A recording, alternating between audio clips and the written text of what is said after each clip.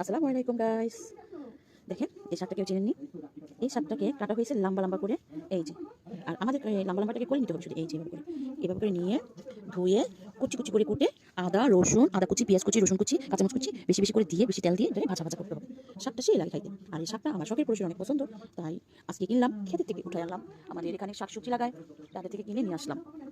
আর অনেকদিন ধরে শখের পুরুষ খেতে চাইছে, তা তাই রান্না রান্না করে খাওয়াবো। আর তার উদ্দেশ্যে কিছু কথা বলি, আমি এরকম করে সুন্দর সুন্দর করে শাকসবজি রান্না করে খাওয়াবো। আর তুমি দ্বিতীয় বিয়ে করার জন্য আমার কাছে অনুমতি নিতে আসবে না, কিন্তু তোমাদের হাইকোর্ট তো রায় দিয়ে দিয়েছে, তাই না? সেটাও দিয়েছে হাইকোর্ট রায়। হাইকোর্ট সেটাও বলেছে যে তুমি তৃতীয় বিয়ে করতে পারবা প্রথম স্ত্রীর কাছে অনুমতি না নিয়ে। ঠিক আছে, কলম তোমার পঞ্চায়েতের কাছে যেতে হবে, এবং কি বিচারকের কাছে যেতে হবে, কাগজ কলম করতে হবে, তারপরে বলতে হবে তোমার স্ত্রীর কি সমস্যা, তাদের কাছে বলতে হবে। তোমার স্ত্রীর যদি কোনো খুঁত না থাকে তুমি বিয়ে করতে পারবে না। বুঝতে পারছো? অর্থাৎ তুমি যদি বিয়ে করোই সাবধানভাবে, হুঁশিয়ারভাবে, আর সেরকমভাবে করে, বুঝছো? আর এই যে আমার বিলাইটা দেখছেন কি করে, টুনটুনি, টুনটুনি।